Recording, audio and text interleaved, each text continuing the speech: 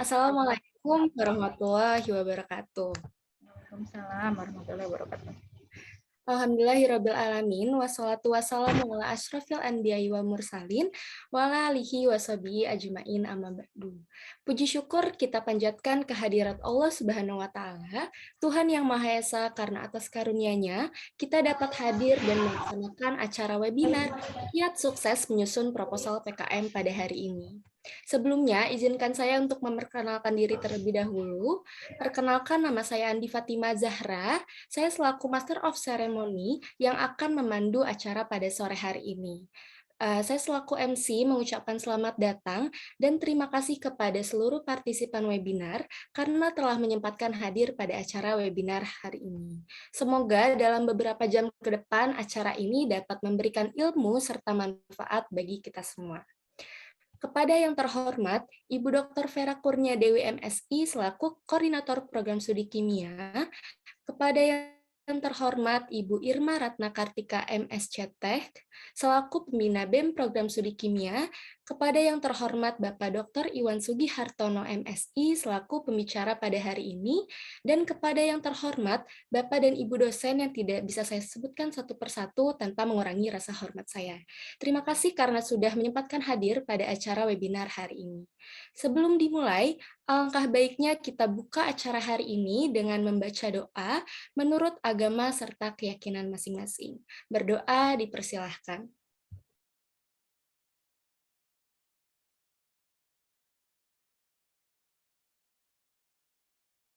Baik, berdoa dicukupkan.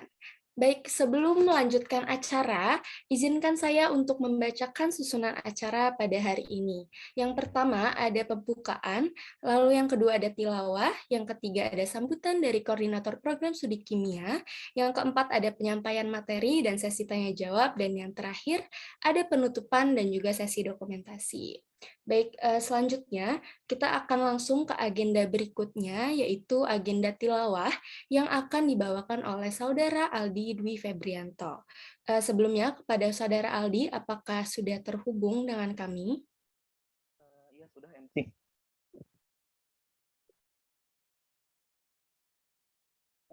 Suaranya masuk ke? Masuk. Baik, kepada Saudara Aldi, dipersilahkan. Baik, sebelumnya terima kasih MC atas waktunya. أعوذ بالله من الشيطان الرجيم بسم الله الرحمن الرحيم ولقد خلقنا الإنسان من سلالة من ثم جعلناه نطفة في قرار مكين ثم خلقنا النطفة علقة فخلقنا العلقة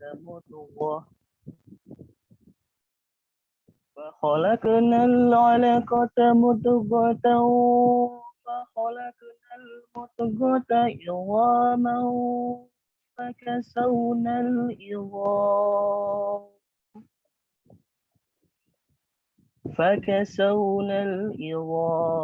لحما ثم أنشأناه خلقا آخر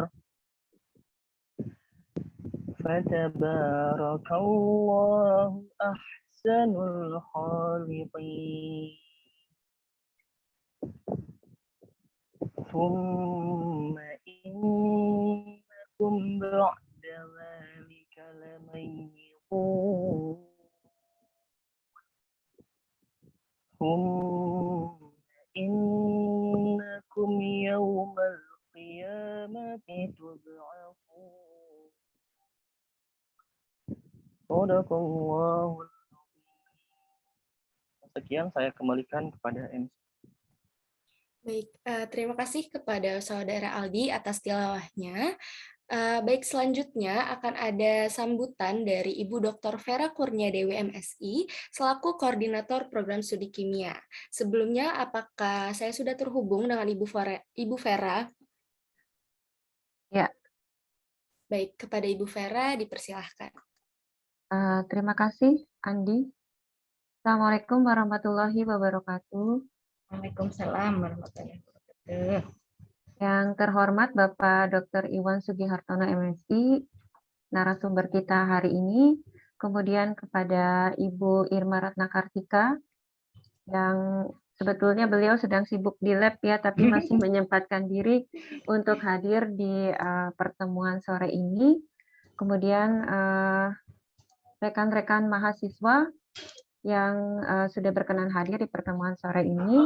Alhamdulillah, puji dan syukur kita panjatkan kehadirat Allah Subhanahu wa Ta'ala karena berkat perkenannya kita bisa bertatap maya di acara yang insya Allah bermanfaat untuk mahasiswa kimia, ya, yaitu workshop mengenai penyusunan proposal PKM. Jadi mengapa workshop ini hadir di Prodi Kimia? Karena supaya partisipasi dari mahasiswa kimia untuk mengikuti PKM itu lebih banyak lagi, Pak Iwan. Karena dari tahun ke tahun itu saya lihat menurun gitu ya proposal yang dikirim dari mahasiswa Prodi Kimia. Mudah-mudahan dengan pertemuan hari ini rekan-rekan mahasiswa bisa banyak belajar dari Pak Iwan. Jadi Pak Iwan ini merupakan sosok dosen yang sangat aktif sekali ya menulis artikel penelitian dan juga melakukan penelitian yang yang banyak juga berkolaborasi dengan peneliti dari luar ya. Jadi sangat menginspirasi kami gitu ya, terutama bagi para dosen juga gitu ya di bidang penelitian. Tanpa berpanjang lebar, kita simak saja langsung paparan dari Pak Iwan kepada mahasiswa. Nanti kalau misalnya banyak pertanyaan, nanti bisa ditanyakan langsung ya kepada ahlinya. Mudah-mudahan bermanfaat bagi rekan-rekan semua. Baik, itu saja mungkin sambutan dari saya tanpa panjang lebar. Kita menyimak nanti paparan dari Pak Iwan. Terima kasih. Assalamualaikum warahmatullahi wabarakatuh. Waalaikumsalam warahmatullahi wabarakatuh. Baik, terima kasih kepada Ibu Vera atas sambutannya. Baik, seperti yang sudah tadi dijelaskan, tanpa berlama-lama lagi, kita akan segera masuk ke agenda penyampaian materi pada hari ini, yaitu kiat sukses menyusun proposal PKM. Tapi sebelum itu, pemaparan materi sekaligus tanya jawab pada hari ini akan dipandu oleh moderator kita, yaitu Ibu Irma Ratna Kartika, MSc Tech. Sebelumnya, apakah saya sudah terhubung dengan Ibu Irma? Sudah. Alhamdulillah. Sudah terdengar suara saya? Terdengar, Ibu. Oke. Baik. Sebelumnya, biar teman-teman yang lain juga kenal dengan Ibu Irma, izinkan saya untuk membacakan CV dari Ibu Irma terlebih dahulu. Untuk tim HPD, boleh di-share screen.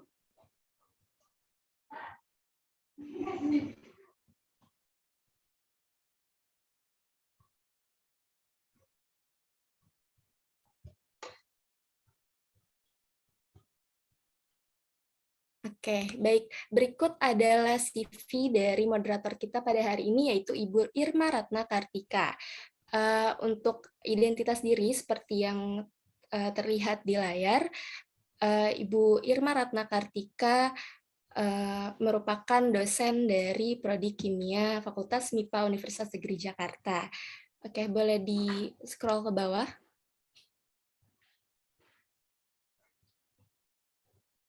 Oke, beliau mempunyai riwayat pendidikan yaitu S1 di perguruan tinggi yaitu ITB, mengambil bidang ilmu kimia organik pada tahun 1991 sampai 1997, lalu melanjutkan pendidikan di S2-nya yaitu di UNSW pada bidang ilmu kimia organik pada tahun 1998 sampai 1999 dan sedang mengampu pendidikan S3 di Universitas Indonesia mengambil bidang ilmu biomedik pada tahun 2017 hingga sekarang.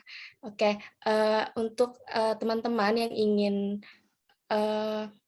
menghubungi Ibu Irma, tertera nomor telepon Ibu Irma pada layar. Oke, baik. Terima kasih kepada tim HPD. Oke, baik. Mungkin langsung saja dipersilahkan kepada Ibu Irma untuk mengambil alih acara pada hari ini. Baik, Assalamualaikum warahmatullahi wabarakatuh. Waalaikumsalam warahmatullahi wabarakatuh. Yang terhormat Ibu Dr. Vera Kurniadewi sebagai Korprodi Kimia. Yang terhormat Bapak Dr. Iwan Sugihartono MSI sebagai pembicara. Yang tercinta anak-anak mahasiswa sekalian. Semoga semuanya dalam keadaan sehat walafiat, selalu semangat dan tetap ceria, happy ya. Ini soalnya udah jam-jam kritis ya Pak ya Bu. Izin, saya mungkin ingin nanti memandu acaranya Pak Iwan dalam memaparkan tentang kiat sukses menyusun proposal PKM. Sebelumnya mungkin ada CV-nya Pak Iwan nggak? Nggak ada Bu. Aduh. Saya sudah kirim ke Bu Irma barusan. Oh barusan, oke iya baik. Coba ya, nanti sebentar. CV-nya singkat. Iya. Bentar, Pak Iwan. Atau saya yang share aja, Mbak Bu Irma nanti yang membacakan ya. Oke. Iya, sebentar ya Bu. Saya bacakan dulu ya. Saya share screen ya, Bu Irma. Ya, oke, silakan Bu.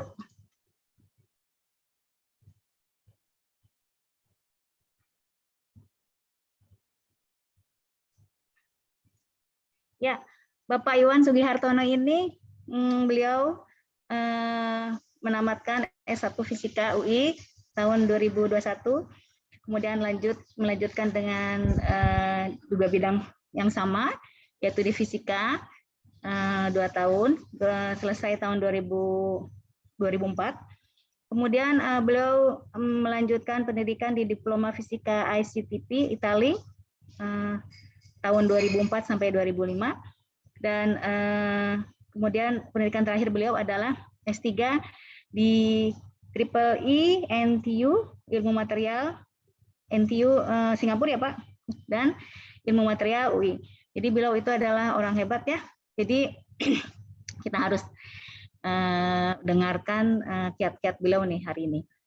Beliau menjadi dosen fisika, kemudian jenjang karir beliau terus meningkat menjadi sekretaris LPPM UNJ, dan juga di sela-sela kesibukan beliau sebagai dosen dan sekretaris LP2M UNJ, beliau juga sebagai reviewer jurnal, terutama jurnal-jurnal internasional. Jadi hari ini kita bersyukur sekali ya bisa mengundang Pak Iwan, dan alhamdulillah Pak Iwan juga ada waktunya untuk kita.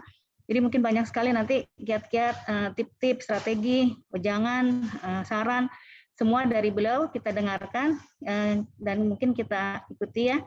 Kemudian pengalaman beliau banyak, terutama di publikasi Jurnal Nasional Spektra tahun 2018. Kemudian pengalaman bimbingan lolos pendanaan sebelum tahun 2018, yaitu topik alat penetas telur dan topik biogas. Kemudian ini juga banyak PKM, ya beliau sebagai pembimbing dosen pendamping PKM AI ya, tim fisika angkatan 2017 ini. Kemudian PIMNAS, berarti ini waktu PIMNAS ke-31 ya Pak ya. Kemudian berikutnya Bu. Sudah. Oh sudah. Sebetulnya Pak Iwan tuh banyak loh ininya. Apa namanya? Banyak CV-nya sampai berlembar-lembar, tapi aduh Pak Iwan ini cukup singkat sekali hari ini. Oke Pak, silakan Bapak. Waktu dan acaranya silakan Ya, dimulai terima Pak. kasih, Irma. Assalamualaikum warahmatullahi wabarakatuh. Waalaikumsalam warahmatullahi wabarakatuh. Yang saya hormati Ibu Dr. Vera Kurnia Dewi selaku koordinator program studi kimia. Yang saya hormati juga moderator kita hari ini Ibu Irma, calon doktor ya. Amin, amin. Luar biasa ada di lab tapi masih bisa menyempatkan diri untuk jadi moderator. Terus yang saya hormati juga dan yang saya hargai teman-teman mahasiswa dari program studi kimia. Ini dari program studi kimia saya aja berarti Ibu ya? Iya, betul. Oke. Ya mudah-mudahan acara hari ini bisa menginspirasi dan memberikan semangat buat teman-teman dari mahasiswa prodi kimia. Saya mau share tadi PowerPoint yang tadi sebenarnya sebagian sudah ditayangkan untuk menampilkan biografi saya. Ya, saya akan slideshow. Ya, saya dapat judul, dapat informasi dari Ibu Dr. Vera sama dari perwakilan mahasiswa kimia ya.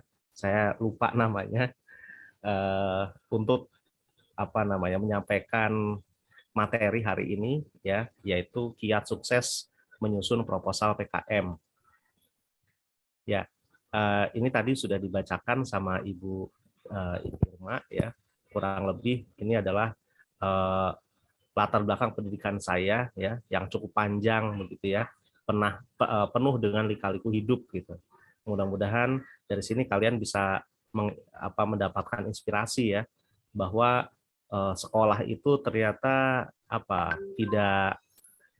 tidak bisa kalau mau jadi dosen itu sekolahnya panjang begitu, dan sekolah itu penuh lika-liku yang harus dijalani ya Bu Irma dan Bu Vera ya. Betul. Nah ini adalah pengalaman ya, kebetulan sebelum 2018 beberapa kali juga saya bisa meloloskan sampai level pendanaan, tapi memang sebelum 2018 itu atensi saya tidak terlalu bagus sehingga saya abai dengan dokumentasi begitu. Nah, baru di tahun 2018 ketika di 2018 itu kebetulan saya jadi wakil dekan 3, dari situlah saya mulai berpikir, oh membimbing PKM tuh harus saya dokumentasikan gitu. Ternyata ada manfaatnya, dan dari 2018 juga saya beberapa kali diminta untuk menjadi narasumber kegiatan serupa begitu ya. Nah, kalau pas ada fotonya saya senang gitu. Cuma saya kecewanya yang sebelum 2018 itu ada dari fisika angkatan 2007 yang membuat ide waktu itu ya, penetas telur. Ini mohon maaf typo, ini telus ya saya nulisnya. Itu saya coba searching karena dulu tidak terlalu seketat sekarang ya untuk mencapai luarannya. Saya coba searching juga itu luarannya, saya kok belum nemu gitu. Padahal seingat saya waktu itu kita juga submit ke seminar nasional begitu. Terus juga tahun berapa itu ya, saya ingat kalau yang penetas telur itu namanya Eko Widodo mahasiswanya. Kalau yang biogas itu namanya Manggar. Kalau nggak seingat saya ya, perempuan, mahasiswa dari fisika. Itu juga lolos pendanaan begitu. Cuma sayangnya saya nggak ada dokumentasinya. Nah, di 2018 alhamdulillah selain mendapatkan pendanaan, kita punya kesempatan sampai PIMNAS ya. Nah, di tahun 2018 ini juga saya beserta tim mahasiswa yang terdiri dari Dona, terus Novan sama Amel, Amalia Dini, kita bisa memenuhi berbagai luaran ya. Selain ada poster, kita juga bisa publikasi di jurnal nasional Spektra karena kita ikut seminar nasional fisika ya di tahun 2018 pada saat itu. Lalu juga kita mengajukan paten sederhana ya, ini nomor patennya. Cuma atensi saya belum ke paten, statusnya sampai sekarang masih terregistrasi aja, belum sampai keluar sertifikatnya begitu. Insya Allah apa tahun ini akan saya coba kerjakan ya, karena itu menjadi hutang saya. Jadi jangan sampai hanya sebatas registrasi, tapi harus harus di follow up, ditindaklanjuti agar bisa keluar sertifikatnya. Nah, alhamdulillah juga selang 2 tahun kemudian ya, kan ini kan 2018, 2019 tuh mahasiswa bimbingan saya ngajukan. Cuma memang pada saat itu ada kendala ya, kendalanya adalah saya lupa ya. Yang jelas mahasiswa saya akhirnya mepet sekali sehingga tidak bisa membuat proposal dengan baik ya, sesuai dengan standar yang saya sudah tetapkan begitu. Nah, akhirnya ya tidak lolos gitu. Nah, alhamdulillah selang 2 tahun kemudian di 2020 mengajukan, di 2021 dapat pengumuman lolos pendanaan. Pada saat itu kita mengusulkannya di PKM artikel ilmiah ya. Nah, ini foto-foto mahasiswanya, ada Fajri, ada Bestari, sama satu lagi Salman ya. Ya mungkin kalian kenal ya. Nah, dari PKM artikel ilmiah ini ya, luarannya kita bisa publikasikan ya, kebetulan diikutsertakan pada kegiatan seminar pengabdian masyarakat. Nah, alhamdulillah bisa publish di jurnal Sapahita. Tapi bukan berarti karena saya sekretaris LPPM ya. Ketika saya cek, memang betul lolos pada saat proses review, direkomendasikannya ke jurnal Sarwahita. Ya, itu sedikit perkenalan ya, mudah-mudahan dari situ bisa menjadikan motivasi dan inspirasi buat teman-teman dari mahasiswa kimia begitu. Nah, selanjutnya kita masuk ke materi ya. Nah, di sini adalah ilustrasi ya. Kita sudah sama-sama tahu ya, adik-adik semua, mahasiswa semua, bahwa Tridharma itu memiliki 3 komponen ya, ada pendidikan, penelitian, dan pengabdian masyarakat. Nah, di sini hubungannya dengan program kreativitas mahasiswa itu apa? Ya, ternyata Tridharma ini ya, ini harus diimplementasikan juga oleh mahasiswa ya. Jadi selain dosennya yang harus mengimplementasikan Tridharma, juga mahasiswanya harus bisa turut andil dan berkontribusi nyata gitu ya. Jadi bukan hanya, mohon maaf, kita mendemo pemerintah, mendemo kampus ya, tapi tidak memberikan solusi. Diharapkan dengan mengikuti program kreativitas mahasiswa ini, kita memberikan kontribusi yang positif dengan memberikan solusi yang konkret ya, dalam bentuk karya ilmiah, dalam bentuk sesuatu yang berguna buat masyarakat ya. Kan nanti kalau kita lihat macam-macam ya kriteria program kreativitas mahasiswanya. Nah, ini merupakan implementasi dari Tridharma. Nah, diharapkan juga ya, dengan mahasiswa itu berperan aktif pada kegiatan program kreativitas mahasiswa, dan melalui program kreativitas mahasiswa itu juga nanti akan banyak sekali luaran-luaran yang memberikan kontribusi positif terhadap iklim akademik di kampus. Maka visi Universitas Negeri Jakarta untuk bereputasi di kawasan Asia itu tentunya bisa terwujud dengan baik. Kenapa? Karena seluruh sivitasnya bersinergi bersama. Jadi tidak ada yang kontraproduktif. Nah, sekarang ya teman-teman semua, adik-adik mahasiswa, mungkin dari kalian sudah pernah mendengar ya istilah IKU, indikator kinerja utama ya. IKU ini menjadi momok ya saat ini buat kita sebagai dosen. Nah, terlebih di sini ada Ibu Dr. Vera ya selaku Korprodi, itu saya yakin sedang sibuk sekali ya agar prodinya mencapai luaran IKU, seluruh IKU ya. Karena IKU itu kalau kita lihat indikator kinerja utama itu ada 8 aspek ya, ada 8 bidang. Nah, itu harus terpenuhi semua oleh UNJ, oleh prodi. Nah, lalu hubungannya dengan program kreativitas mahasiswa dan indikator kinerja utama itu apa? Nah, di sini yang saya tulis ya, itu berhubungan dengan peningkatan jumlah mahasiswa UNJ berprestasi di level nasional. Nah, berarti ini masuk bidang yang IKU mana begitu ya.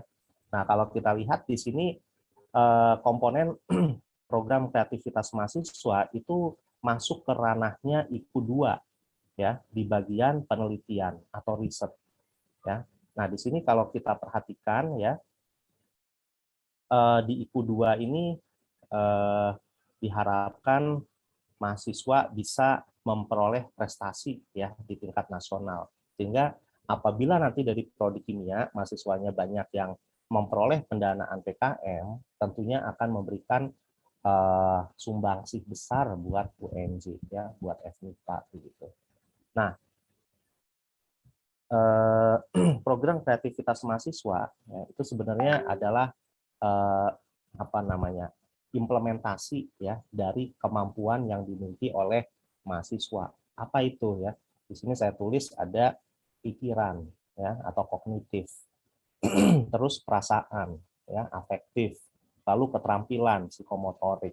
Nah, diharapkan ketiga aspek ini melebur menjadi suatu program kreativitas mahasiswa, dan diharapkan mahasiswa yang mengerjakan program kreativitas mahasiswa secara tentunya berkelompok ya, itu akan memiliki kemampuan yang baik ya di masa depan. Sehingga apa?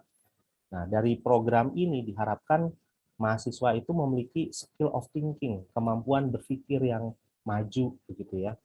Terus juga memiliki pengetahuan akademik yang unggul, yang baik ya, karena kita memang melalui program kreativitas mahasiswa dilatih untuk berpikir saintifik, untuk dilatih juga untuk mempraktekkan sikap ilmiah ya, yang kita sudah peroleh konsepnya pada saat teman-teman belajar di metodologi penelitian gitu ya.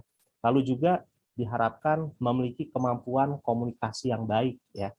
Jadi kalau kita sudah memiliki pendidikan yang baik ya, terbiasa dengan sikap ilmiah, nah maka kita bisa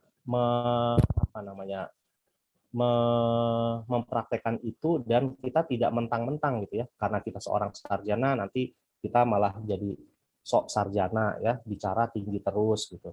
Nggak bisa kayak gitu, tapi kita juga harus bisa memilah kapan kita harus bicara secara saintifik ya, dan kapan kita juga bisa berbicara, mohon maaf, dengan kalangan masyarakat bawah. Dan ya diharapkan juga nanti mahasiswa itu memiliki manajemen skill yang baik. Nah, keempat kemampuan ini ya, ini adalah soft skill ya, diharapkan itu bisa terwujud ya dengan baik ya, terwujud dengan baik apabila kita berperan aktif juga mengikuti program kreativitas mahasiswa.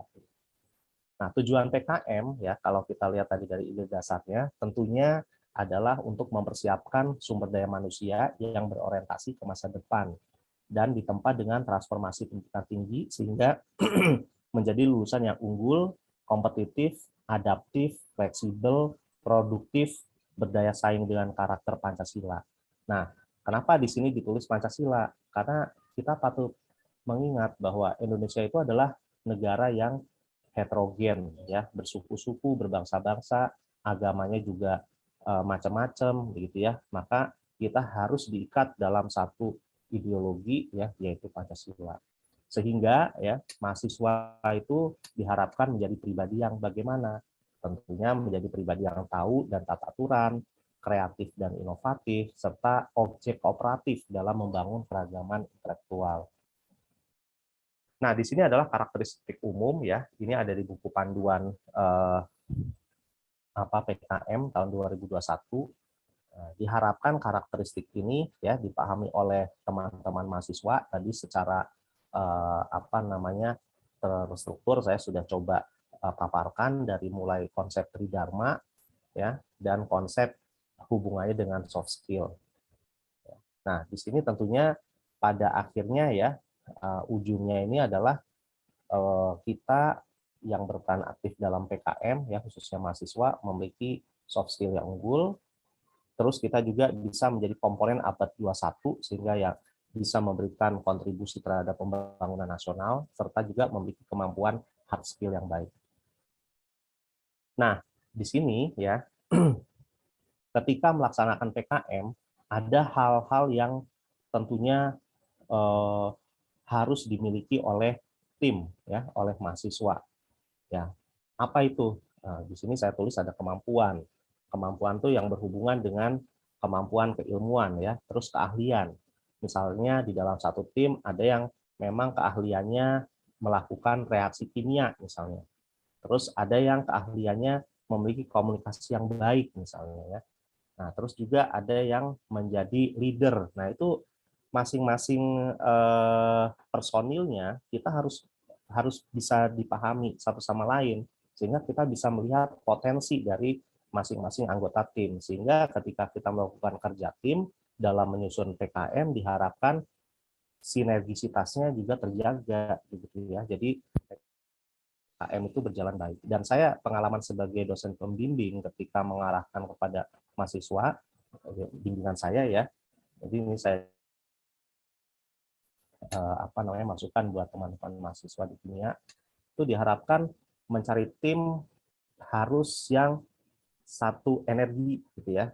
Jadi jangan sampai di dalam tim itu ada personil bagaikan air dengan minyak, jangan sampai. Kalaupun ada misalnya bisa dilebur gitu ya, itu akan lebih baik. Maka peran dari leader itu penting di situ. Nah, diharapkan juga tentunya seluruh anggota tim memiliki tanggung jawab.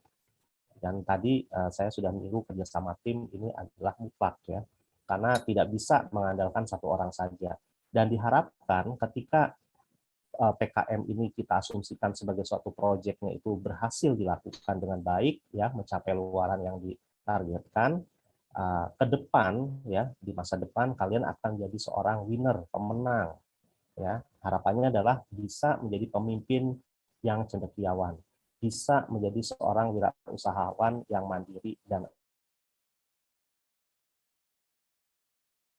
kita bicara kriteria di tahun 2021 PKM ini ada di 2021 yang kemarin ya, kemungkinan sih di 2022 kurang lebih sama, tapi mungkin nanti perbedaannya mirip dengan apa yang ada di dosen sekarang, yaitu ada cara perguruan tinggi akademik dengan perguruan tinggi yang vokasi begitu, mungkin ya, mungkin. Nah, kalau kita lihat perbedaan kebijakan kriteria PKM di 2021 dengan sebelum 2021, di sini ada skema ya, penulisan skemanya berbeda. Kalau dulu PKM penelitian itu ditulisnya P, sekarang jadi R. Nah, nanti di R ini tuh di breakdown lagi ya, ada riset yang untuk yang eksakta ya, terus juga riset yang sosial humaniora ya. Nah, selanjutnya juga di sini yang berbeda lagi adalah pengabdian masyarakat ya. Sekarang ditulisnya PM ya, pengabdian masyarakat ini. Kalau yang T ya, kalau dulu T sekarang menjadi PI. Ya, kurang lebih ini saja yang berbeda. Nah, untuk detailnya ya, di bagian pendanaan juga ada perbedaan ya. Kalau dulu batas atasnya sampai 12,5 ya. Kalau sekarang itu sampai 10 juta maksimumnya.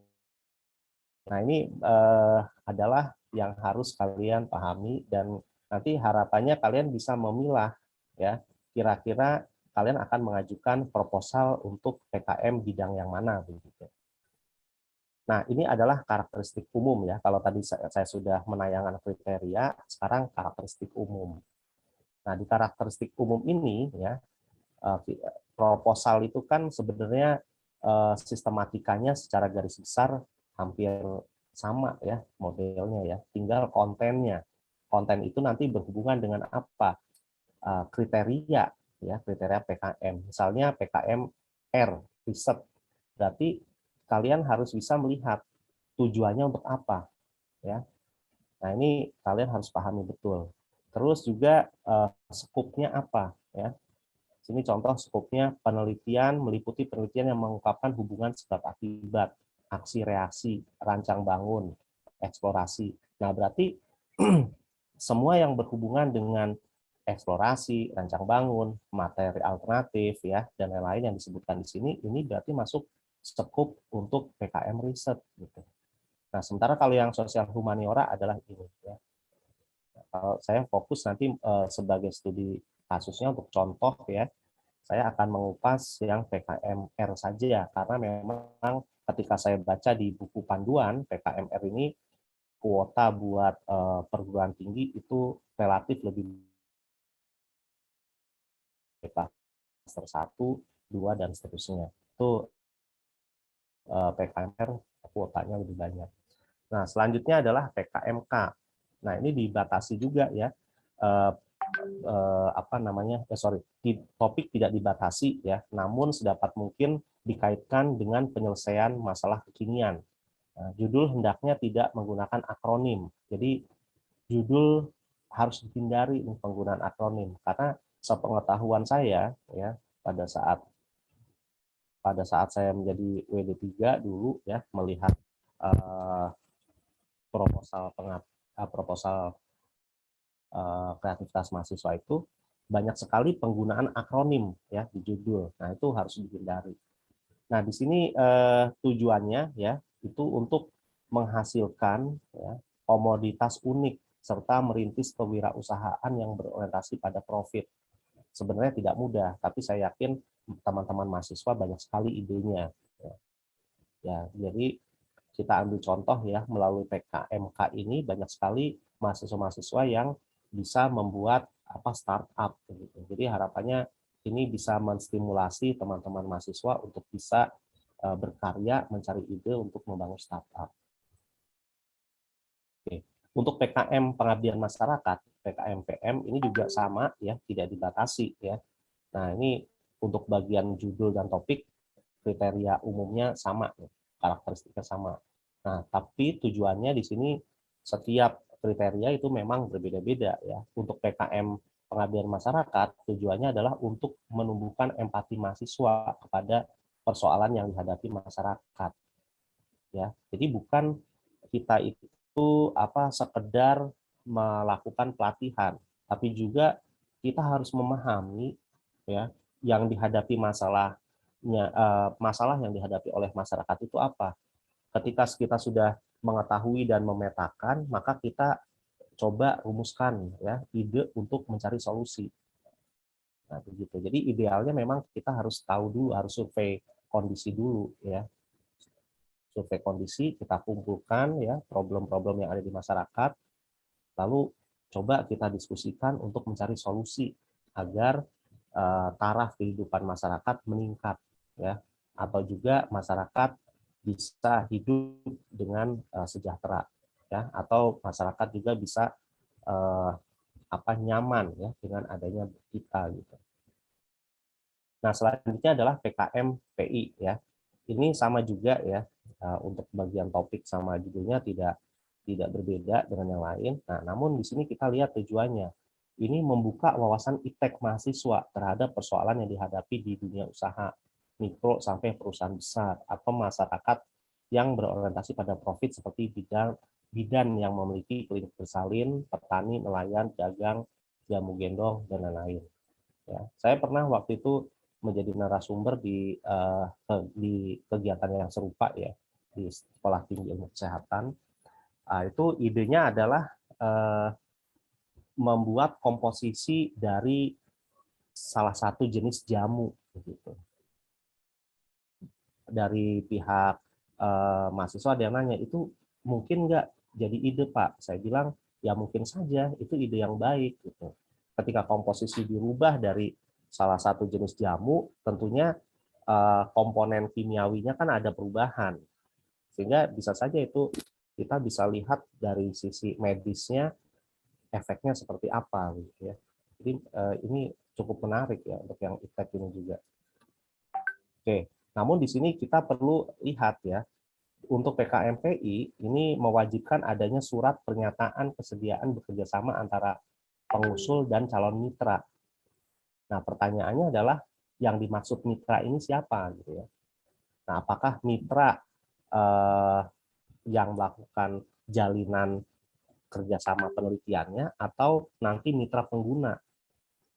Kalau saya sarankan ya buat teman-teman mahasiswa, diharapkan adalah calon mitra itu adalah calon pengguna, begitu ya. Karena kan kalau kita bicara penelitiannya ya itu internal mahasiswa ya. Tapi kalau di sini untuk mitranya maka diharapkan mitra calon pengguna, misalnya produk kita akan digunakan oleh siapa. Misal oleh suatu perusahaan, maka buatlah ya pernyataan kerjasama mitra dengan perusahaan yang dimaksud. Nah, itu akan memberikan manfaat yang tidak hanya sekedar memenuhi administrasi saja, tapi kalau misalnya kita bisa memberikan suatu produk yang baik, ya dilihat oleh perusahaan itu benar-benar punya nilai plus, siapa tahu bisa dipakai. Ya, saya pernah punya pengalaman soalnya, ketika saya membuat salah satu beberapa alat peraga ya yang saya desain, itu ada perusahaan yang minat, itu dicoba, dibuat, diuji coba, ternyata bisa. Nah, alhamdulillah itu bisa dijual begitu. Dan saya dapat keuntungan juga dari situ meskipun tidak reguler gitu ya. Nah, selanjutnya adalah PKM KC. Nah, di sini tujuannya adalah untuk membentuk kemampuan mahasiswa mengkreasikan sesuatu yang baru dan fungsional ya, atas dasar karya dan nalarnya ya, karya cipta tersebut bisa saja belum memberikan kemanfaatan langsung bagi pihak lain. PKMKC tidak meniru produk existing, baik di dalam maupun luar negeri, kecuali memodifikasi. Jadi memang kalau kita membuat sesuatu yang baru, ya dari nol itu sukar ya, tidak mudah ya. Tapi caranya adalah kita membuat produk pengembangan, ya, atau melakukan rekayasa dari produk yang sudah ada. Misal idenya ya, kalau teman-teman ada yang pergi ke pasar, di situ ada produk untuk pengupas kelapa misalnya ya. Nah, bisa saja kalian pelajari ya kelemahan dari produk itu yang ada di pasar itu seperti apa. Lalu dari situ kalian harus berpikir bagaimana cara mengembangkannya. Itu salah satu contohnya ya. Jadi kita tidak harus membuat dari nol, tapi kita melihat sesuatu dan kembangkan itu bisa ya menjadi ide untuk PKMKC. Selanjutnya untuk PKM GFK. Ini tujuannya adalah memotivasi partisipasi mahasiswa dalam mengelola imajinasi, persepsi dan nalarnya. Ya, tujuannya adalah ini untuk pencapaian tujuan SDGs ya, SDG ya di Indonesia maupun solusi keprihatinan bangsa ya. Nah, ini dan saya pikir nanti kalian juga bisa ya, karena melalui PKM GFK ini kita juga nanti diminta untuk bisa membuat semacam video ya yang bisa ditayangkan di YouTube gitu. Nah, selanjutnya untuk PKM AI ya. PKM AI ini memberikan pengalaman mahasiswa untuk menghasilkan karya tulis ilmiah. Nah, ini seperti yang saya praktekkan beberapa waktu lalu yang 2021 ya, memperoleh pendanaan, kalau tidak salah mereka dapat 3.500.000 itu. Lumayan ya. Nah, ini sangat baik sekali ya untuk menstimulasi ya minat dan kemampuan mahasiswa untuk mengembangkan kemampuan dalam menulis ya, melihat suatu kasus ya atau dari hasil eksperimen ya atau berasal dari kegiatan KKN itu ditulis, dibuat yang rapi. Kalau yang pengalaman saya kemarin itu berasal dari kegiatan pengabdian pada masyarakat yang terintegrasi KKN. Lalu saya minta mahasiswa saya membuat karya tulis mengacu pada kegiatan yang sudah kita terapkan kepada masyarakat, yaitu sekolah ya, Satker. Nah, alhamdulillah gitu ya, melalui ide tersebut kita bisa lolos di pendanaan. Tapi memang banyak hal yang nanti teman-teman itu perlu perhatikan dalam proses penyusunan proposalnya. Oke, saya lanjutkan dulu untuk PKM GT. Ini tujuannya adalah meningkatkan daya imajinasi Dan karena G itu gagasan ya. Nah, dalam merespon tantangan zaman, ya, umumnya berupa konsep perubahan dan atau pengembangan dari berbagai aspek berbangsa, bersifat futuristik, jangka panjang, tetapi berpotensi untuk direalisasikan. Jadi punya ide jangan terlalu tinggi, jangan ngawang-ngawang gitu ya, tapi harus konkret.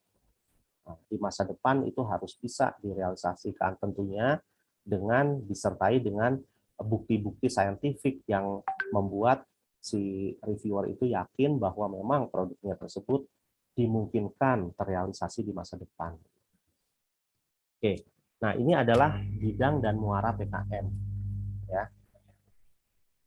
kalau kita lihat ya, tadi dari berbagai kriteria PKM yang ada ya, ini selain lolos pendanaan ya, kita juga harus memenuhi luaran ya.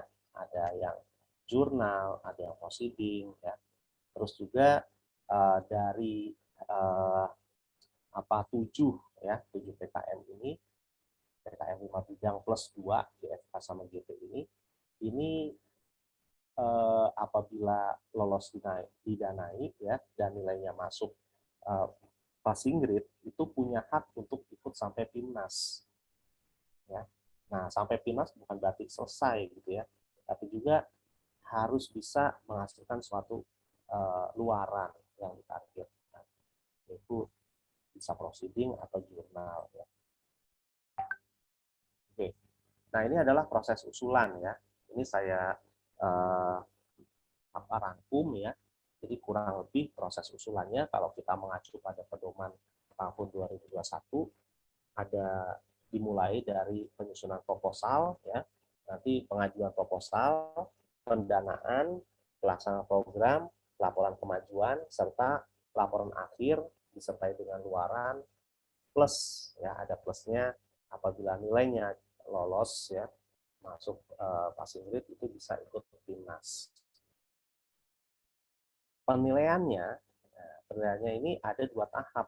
Tahap yang pertama ya itu dinilai oleh satu orang ya, oleh satu orang. Penilaiannya apa? Yaitu syarat administrasi dan kreativitas. Jadi untuk bisa lolos administrasi ya, diharapkan teman-teman mahasiswa perlu hati-hati ya dalam mempersiapkan seluruh kelengkapan administrasi. Karena ini sifatnya wajib ya. Kurang satu aja itu udah ibaratnya di reject begitu ya. Karena kan ribuan yang mengusulkan. Jadi pada saat tahap awal itu ada screening cepat yang dilakukan oleh satu orang penilai. Jadi saat administrasi mau memenuhi enggak, kalau enggak pisahin. Kalau enggak pisahin, kalau sesuai diletakkan di tempat yang sebelah kiri atau yang kanan misalnya ya. Kurang lebih seperti itu sistem screeningnya. Nah, ini mulai dari tanggal, bulan, tahun proposal itu harus sesuai ya dengan pedoman, data atau identitas tim pengusul juga benar-benar harus konsisten ya. Jangan sampai nanti di cover namanya Iwan Sugihartono, tapi begitu di halaman berikutnya cuma Iwan saja. Nah, bisa saja itu jadi nilai minus gitu ya. Wah, ini nulisnya nggak konsisten nih, dipisahin langsung. Nah, terus dosen pendamping ya.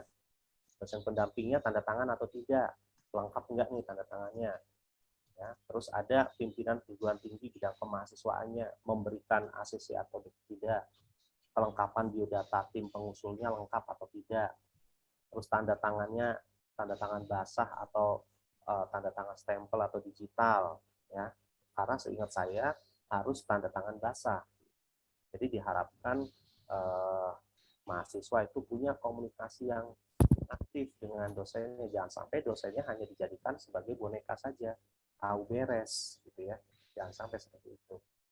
Karena peranan dosen itu adalah pembimbing.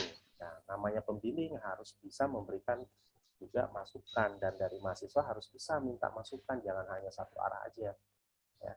Lalu juga jumlah dan nomor halaman surat pernyataan ketua pelaksana yang ditandatangani oleh ketua tim ya, bermaterai, diketahui pimpinan perguruan tinggi. surat pernyataan mitra bermaterai untuk PKMPI dan PKMPM ini harus ada. Terus juga nama tidak boleh disingkat. Ya, jadi yang tadi saya katakan ini benar-benar menjadi penilaian. Ya, jadi kadang kita berpikirnya, oh judulnya udah bagus nih, padahal kenapa tidak lolos ya?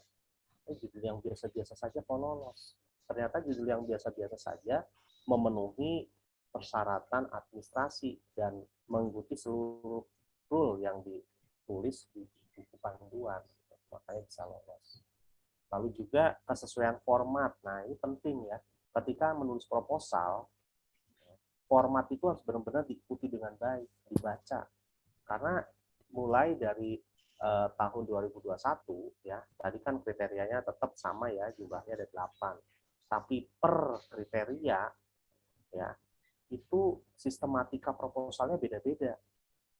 Formatnya beda-beda. Ya. Nah, itu harus perlu menjadi perhatian buat teman-teman mahasiswa. Terus juga ketika ngelihat pendahuluan, itu jangan cuma pendahuluan, yang kedua tinjauan pustaka misalnya, terus kalian langsung tulis biasa pendahuluan. Enggak. Di panduan pendahuluan itu harus menulis apa saja. Itu cermati dengan baik. Ya. Nanti saya akan ambil contoh untuk PKM yang R. Nah, lalu saya lanjutkan dulu yang ketiga di sini, kesesuaian program yang diajukan dengan bidang PKM yang dipilih. Jangan sampai ya idenya adalah PKM AC ya, tapi diusulkannya buat PKMR atau PKMPI untuk PKMR. Nah, yang paling banyak keliru itu ya, yang rada ambigu gitu ya, yang saya pernah cek itu antara PI ya, antara P dengan T itu mirip begitu ya. Jadi teman-teman mahasiswa harus bisa teliti ya dalam membaca panduan. Nah, lalu tahap yang kedua, ini jumlah penilaiannya bertambah, ada 2 orang ya. Nah, 2 orang ini melakukan penilaian. Nanti nilai akhirnya itu dari nilai yang dilakukan oleh 2 orang itu merupakan nilai akhir proposal. Ya, jadi nilai akhir proposal itu merupakan jumlah nilai dari kedua orang penilai tahap 2. Apa yang dinilai ya? Tentunya tadi ada 3 komponen penilaian ya. Kesesuaian administrasi, kesesuaian format, kesesuaian program. Ini dinilai lagi, dicek lagi. Kekhawatirannya adalah pada saat screening awal oleh 1 orang penilai itu ada yang luput begitu ya. Maka di cross check lagi oleh 2 orang penilai di tahap kedua. Namun ya, di tahap kedua ini 2 orang penilai itu akan menilai kreativitas. Bagaimana tingkat kreativitasnya? Ya. Dilihat dari aspek apa? Ada keterulangan topik misalnya. Terus bobot tantangan intelektual dan menekankan pada aspek kreativitas substansial. Misal ya, kita mengusulkan, ini mohon maaf ya, pengembangan karbon nanotube misalnya ya, dari sejenis tanaman ya. Nah, ketika kita sudah buat itu ya, dibuat oleh kalian, lolos nih oleh tahap 1, oleh 1 orang penilai di tahap 1 lolos. Nah, lalu yang 2 orang penilai tahap 2 itu akan cross check. Ini benar-benar kreatif di idenya dia atau dapat nyontek nih. Nyontek artinya melihat dari apa yang sudah dibuat orang lain. Nah, ketika nemu ya, cara mudahnya kan biasanya si reviewer itu akan ngecek lewat Google Scholar ya, ide-idenya itu. Ketika lihat Google Scholar, ini sama nih. Itu akan dicek lagi lebih dalam isi artikel yang ada di Google Scholar dengan proposal yang diajukan oleh mahasiswa, oleh kita. Ketika dicek, ternyata ada perbedaan. Ada novelty-nya, ada kebaruannya. Misalnya ya, kebaruannya adalah komposisi herbalnya ya, yang di orang lain sudah lakukan pakai pakai jenis daun pepaya misalnya, yang ini pakai daun sirsak misalnya. Oh ini beda nih, lolos. Tapi kalau plek sama persis, ya, nah itu nggak bisa. Terus juga biasanya dilihat dari referensi. Referensi ya, dulu pernah ini cerita aja ya. Pernah dulu waktu saya jadi belum jadi wakil dekan ya, itu ada kebijakan pokoknya mengajukan proposal harus banyak sebanyak-banyaknya. Jadi ada instruksi demikian. Sehingga mahasiswa yang tahun-tahun awal harus pada buat semua.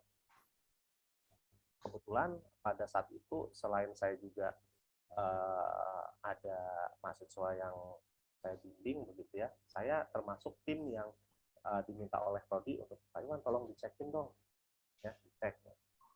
Nah begitu saya cek, ternyata di situ saya lihat, wah ini meskipun banyak ini resiko ditolaknya besar. Kenapa?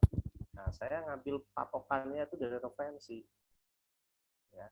Dan referensinya rata-rata dari blog, WordPress, blog, dari pokoknya media-media yang ada di internet itulah, gitu. Bukan dari jurnal, bukan dari artikel ilmiah. Nah, itu akan dianggap lemah secara kreativitas karena dasar saintifiknya kurang. Nah, ini adalah sistematika proposal kegiatan ya. Jadi secara umum ya, tadi saya sudah katakan, sudah saya tulis ya di awal, judul itu tidak boleh menggunakan akronim atau singkatan. Nah, ini kan sering sekali ya, mahasiswa kan senang membuat singkatan-singkatan ya. Apalagi kalau kalian yang aktif di BEM tuh, ada proposal apa, ada kegiatan apa, kan senang membuat singkatan atau akronim. Nah, ini harus dihindari ya, untuk proposal kegiatan kreativitas mahasiswa ini. Nah, di sini ya, kalau kita lihat proposalnya sendiri ya, pasti dari kalian udah ada yang diminta oleh tim WR3 untuk mempersiapkan proposal. Belum menunggu pedoman 2022 ya, karena kurang lebih kan masih sama ya. Kalian diminta membuat